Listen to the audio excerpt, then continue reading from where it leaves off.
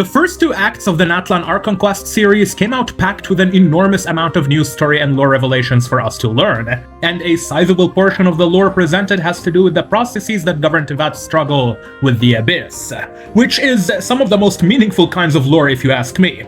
But behind every great lore reveal is a great amount of speculation, and Natlan has really given us a lot to digest. Even I was surprised by the quantity of what has been revealed so far, especially when you consider that we're just getting started.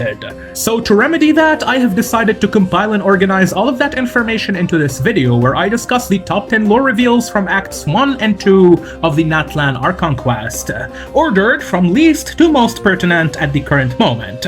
However, an important disclaimer before we start: I am going to be exclusively discussing the Archon Quests without involving any of the story quests or world quests in Natlan. Those will get their own separate videos after this one, as this not only helps me get the videos out faster, but will also allow us to focus on the important details from each questline. So, without further ado, let us begin with number 10. Right at the start, we don't have anything too crazy. It's some species world building that we get from Chasca. You see, for a while now, there's been some talk circulating about Ley being much older than she looks. This was mainly fueled by a few timeline inconsistencies where Ley's approximate visible age seemingly doesn't fit. Thus, the prevailing theory made to accommodate for these misunderstandings was that whatever species Ley belongs to, they must be ones where the children reach adulthood significantly slower than humans. Regardless, Chasca's backstory from Act 2 of the Archon Quest basically debunks that whole idea. As you can tell from her appearance, Chasca is evidently from the same species that Ley, Alice, and Pulcinella belong to. We still don't know what they are, so I'm just gonna call them elves for the sake of this video, because for some reason Hoyoverse refused to tell us anything about their lineage or biology. I honestly think there's some kind of silly bullshit going on with this species, which is why Hoyoverse is still hiding it. Anyway, Chief Wanya of the Scions of the Canopy mentions how as a child, Chasca lived alone in the wilderness, managing to survive abyssal attacks until she was found by the Flower Feather clan, where she was adopted by a human family. We meet her sister from that family, Chihuya, who tells us about how the two of them used to be as kids, and how Chasca always got into fights with other children due to her bad temper, with a notable one of those fights being with Mualani. Given that we have a set time frame for Chasca's childhood that matches up with the age bracket of other human children, we can safely surmise that elves, like Chasca, reach puberty and adulthood at a similar rate to humans, since, well, Chasca is an adult right now. But this doesn't entirely nullify the possibility that something funky is going on with Ley's age. For instance, a man can cope and say that Alice cast a spell of eternal youth on Ley, but I won't even waste your time entertaining that idea since it's way too unlikely for Alice to do something that sinister to her daughter. I think Ley is just a silly, innocent little elf on the shelf. Moving on to number 9, I want to briefly talk about how ancient names can pass on the memories of previous heroes to awaken future ones. When the traveler Mualani, Chasca, and Ian-san reach the Wayop totem while rescuing Kachina from the Night Kingdom, a projection of Mualani's ancient name's Obsidian Stone materializes in front of the group, revealing the form of the great hero Tupac, who fought against the abyssal invasion that resulted from the Conrian Cataclysm 500 years ago. Tupac then starts yap-festing about the power of friendship, after which he bestows upon Mualani the ancient name Umoja, meaning unite, and marks her as his successor, the hero who will unite the 6 tribes of Natlan against the encroaching abyss. It might seem weird that I have this scene so low on the list, since at a surface level it comes off as a really big revelation, but in the grand scheme of things, when you take a step back, you'll quickly realize that it's not surprising whatsoever. I suspect the vast majority of players already had a hunch that the purpose of ancient names was to allow Natlan's heroes to carry on the legacy of their ancestors.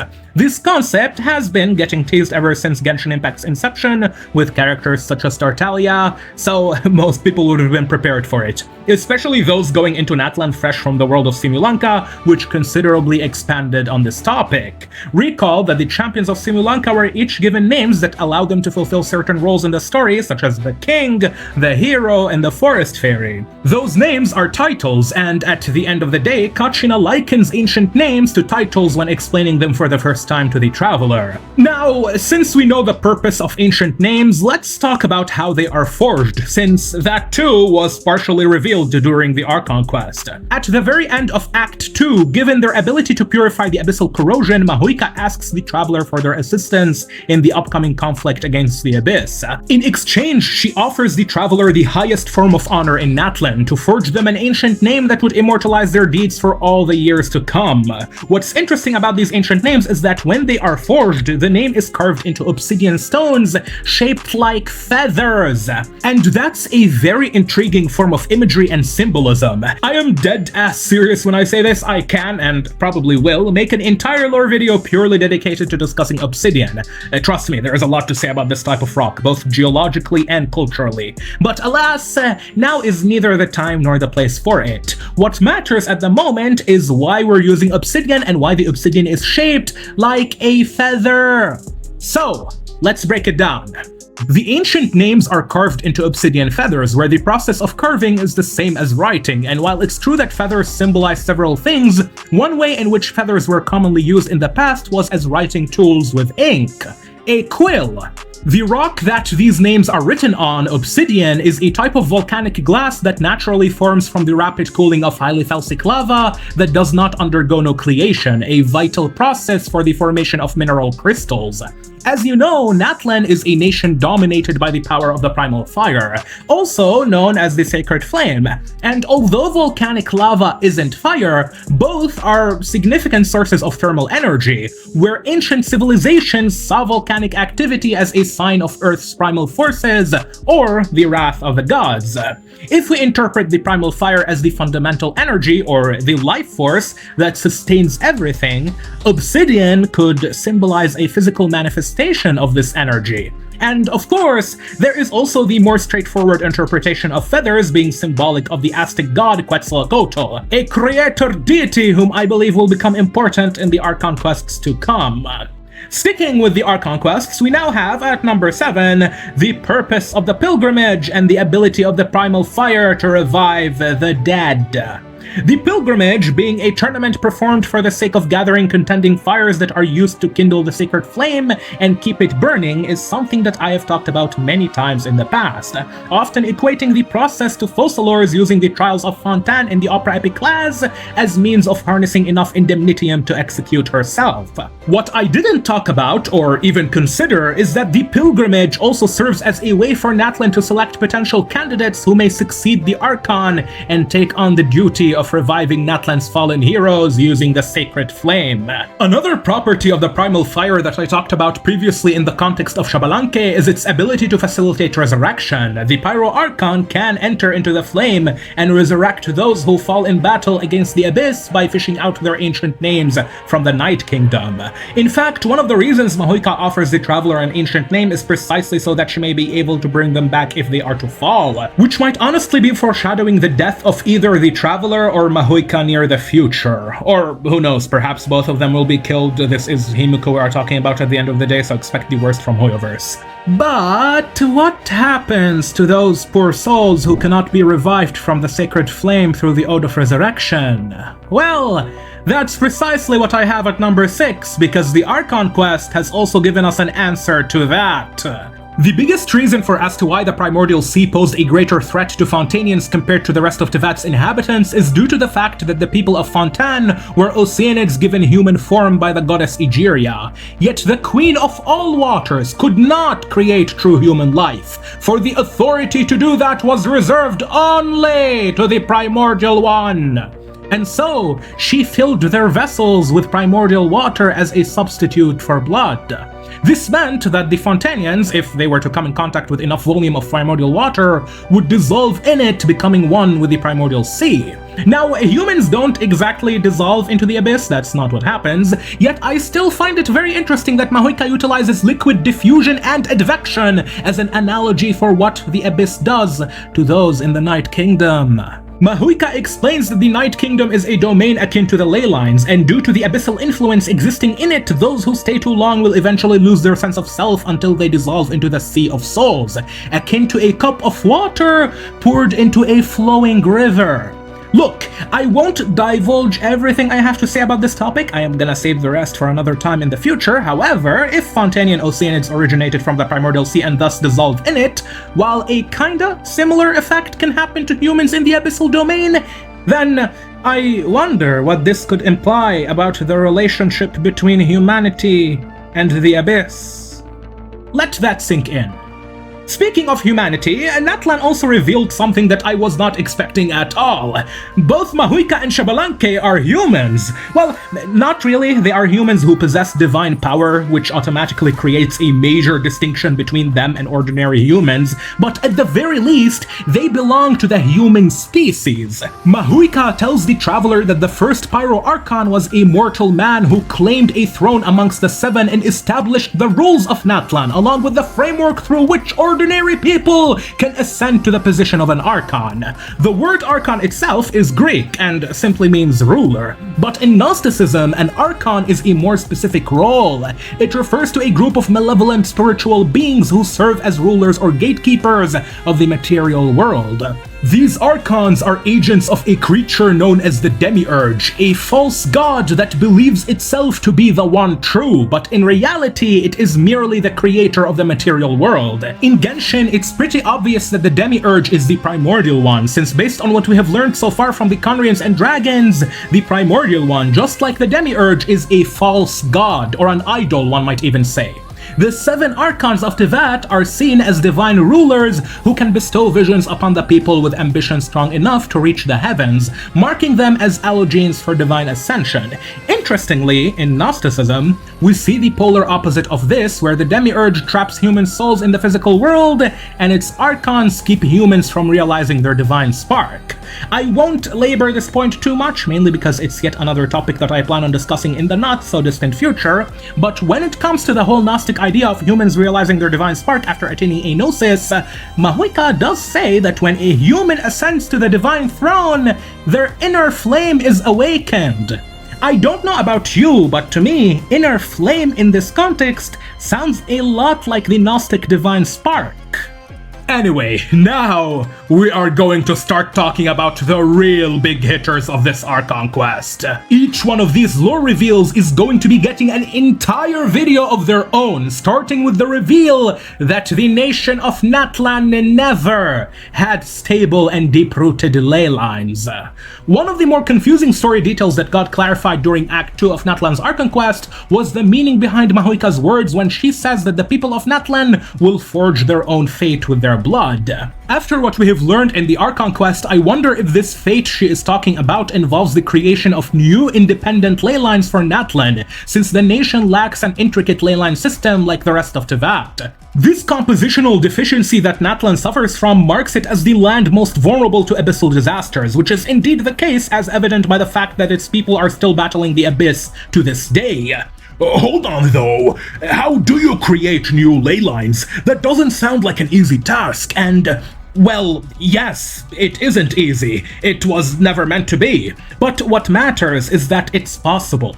The Abyss Order are currently attempting to do just that with the Loom of Fate, and we have already seen their prototype in action during the Archon Quest bedtime story. The formation of new ley lines likely entails the usage of materials compatible with them, and Natlan might have just the right material. After all, Mavuika says that the Night Kingdom is a place similar to the ley lines, which makes sense, since if you recall during Beelzebul's second story quest, Transient Dreams, when the ley lines of the Sacred Sakura Tree became unstable, the Traveler and Raiden were able to interact with and talk to Inazumans, who lived 500 years ago during the Conrian Cataclysm. This aligns with the Night Kingdom, which is a realm where the souls of the people can roam freely and where the laws of reality do not apply. However, that latter part could be due to the influence of the Abyss. Since we are on the topic of forging fate, at number 3, we have Mavuika's theory of time.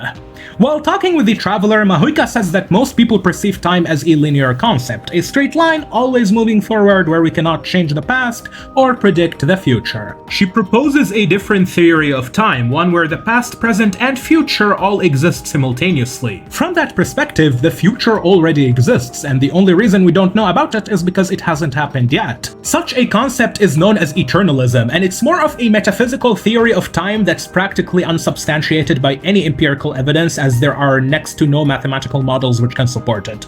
Regardless, Genshin is just a video game with magic and shit, so let's not overthink it. I'm just gonna turn off my brain and accept Mavuika's words as gospel. The structure that Mavuika proposes of time basically tells us how visionaries such as Vedrfolnir and Barbeleth can perceive fate. Because if the future already exists, then it's predetermined, and that makes it fate. Those who can understand fate and its mechanisms can see the future to varying degrees depending on their proficiency and comprehension. This also gives us a new perspective on the nature of Ether and Lumine. Mavuika, and other characters for that matter, refer to the Traveler as someone who transcends fate, which in this context could mean that they transcend time, or at least the future. This is probably why the Abyss sibling tells the Traveler that they have always had enough time. Alright, you know how I said that the top 4 are the heavy hitters of this video? Well, get ready, because the top 2 are in a league of their own, and number 2 is a hell of a sneaky one. I am so glad I caught it because it has an absolutely enormous level of implication. While telling the Traveler about the first Pyro Archon, Mavuika explains, and you know what? Shout out to Mavuika, dude. This woman is a legend. She's been effectively present for only one Archon Quest so far, and she has been spitting out more lore than a machine gun spits out bullets. She has given us so much lore in such a short period of time, you can unironically turn her into a unit of lore measurement. Like, next time a new character shows up, we're gonna have to ask how many Mavuikas per minute does this character provide. She is Santa Claus, and all Genshin players are the good kids on Christmas. Mavuika tells the Traveler that when Xbalanque ascended to the throne of the Pyro Archon, he borrowed power from the heavens, where the heavens is annotated as Ronova. This doesn't seem that significant until you realize that it's precisely the same method through which Istaroth was introduced into the main storyline when Beelzebul told the Traveler that her sister Baal must have received help from a higher power to plant the sacred Sakura tree, and that higher power was annotated as Istaroth. Furthermore, the same way Istaroth's name is derived from the Ars Goetia demon Astaroth, Ronova is also derived from the Ars Goetia demon Renove. If you're still not, you should be really excited right now, because this Renova cannot be anyone other than the god of death, one of the 4 shades of the Usurper King. Now, some of you might be wondering, why the heck am I so confident in making such a claim? And, my dear child, where do I start? How about this? In the Ars Goetia, the demon Renove is described as a taker of old souls, often coming to Earth to harvest the souls of those near the end of their lives. This association with death is further strengthened by the fact that the one interacting with and borrowing power from Renova is Xbalanque, who in Mayan mythology was one of the 2 hero twins that descended into the underworld to challenge the gods of death. Okay, so we have established that Renova is a god of death, but how can we know that she is the god of death? Don't worry, that's the easy part. We always knew that Istaroth is the shade of time. This is a fact explicitly stated in the story and was essentially never contested by anyone. So as the god of time, it makes sense that Istaroth is symbolized by the Sands of Aeon artifact piece, much like how the god of life, who created Egeria, is represented by the flower of life. Following that logic, the god of death, Renova, would have to be symbolized by the plume of death, the feather of death. And guess upon what? The people of Natlan inscribe ancient names to preserve the souls of their dead heroes. Dark Obsidian Feathers. Mind fucking blown. And by the way, some of you might be wondering why I am referring to Renova as a female. There are 2 reasons. First, since the primordial one is described as being androgynous while consisting of the king and the 4 shades, if the king is male, then the 4 shades have to all be female by default to form a single androgynous deity. The second, more important reason is that Ronova is the freaking creator of Kana Kapatsir! A long-ass time ago, I made a video discussing the possible roles and origins of Tsurumi Island's Thunderbird Kana Kapatsir, and one of the propositions I made there was that Kapatsir might have been a creation of one of the Primordial One's shining shades. This is because Kana Kapatsir is inspired by the indigenous Japanese Ainu god of thunder and lightning, Kana Kamui, and in Ainu mythology, Kana Kamui is said to have descended from the heavens along with an extremely important deity known as Apimero Kuyanmat Unamero Kuyanmat, or Fuchi for short. Now, Kana Kapatsir told Ru that in the distant past she was given her original name by an unknown female entity but had long forgotten it by the time she met the young boy. This led me to associate that unknown female with Fuchi, the Aino goddess of the hearth. And I almost had it, except back then I said that Kapatsir's creator was the Shade of Life. It's actually the Shade of Death, Ronova. She is Fuchi, since the hearth and its fire in Aino traditions were seen as the abode of the dead, while Xbalanque borrowed power from Ronova to presumably resurrect himself and others through the sacred flame. Additionally, Ronova being represented by the Plume of Death fits with how we use Kapatsir's feathers to solve a bunch of puzzles on Tsurumi Island, and Ronova is also probably why we learn about the Rule of 4 on Tsurumi Island, since we're talking about the 4 shades. But most importantly, to me at least, I finally have an answer for as to who the Boatman's lady is, and don't get me wrong, I am aware that most people already expected her to be the Shade of Death, since the Boatman says that she will be very angry if the lost souls of Tsurumi Island don't all board his ship. Yet I am sure that most of you would agree that there is a distinct difference between us assuming that she is his lady and having a real name that strengthens this connection. I don't think I have told you guys about this before, but ever since the Boatman spoke of the Lady of the Golden Halls 3 years ago in Inazuma, her identity immediately became the biggest mystery to me in Genshin Impact. And yes, I know that this isn't that big of a deal, all things considered. However, to me, personally, this was it. This was the biggest question I ever wondered about in Genshin. Out of everything in the game, there was legit nothing that I wanted to know more than who the Lady of the Golden Hall was.